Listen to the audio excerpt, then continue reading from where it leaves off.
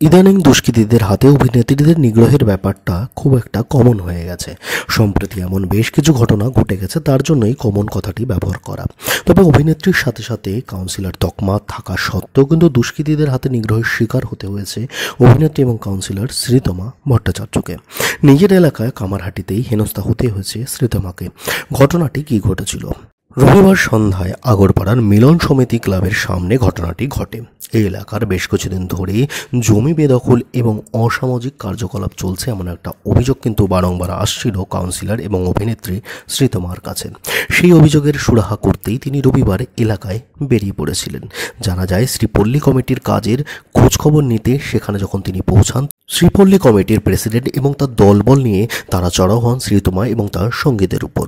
অকথ্য ভাষায় চলে গালিগালাজ, ধাক্কাধাক্কিও চলে, এমনও নাকি ঘটনা ঘটেছে সেদিন। এমনকি শ্রীতমার পা মারিয়ে দেওয়াও হয়েছে, এমনও অভিযোগ শোনা যাচ্ছে। রোববার রাতেই নিকটবর্তী বেলঘড়িয়া থানায় অভিযোগ দায়ের করেন কামারহাটি 24 নম্বর ওয়ার্ডের কাউন্সিলর তথা অভিনেত্রী শ্রীতমা ভট্টাচার্য। শ্রীতমাকে হেনস্থা করবার ব্যাপারটি কিন্তু নিয়ে সরব হয়েছেন মদন মিত্র। তিনি উপর মহলে ব্যাপারটিকে জানিয়েছেন।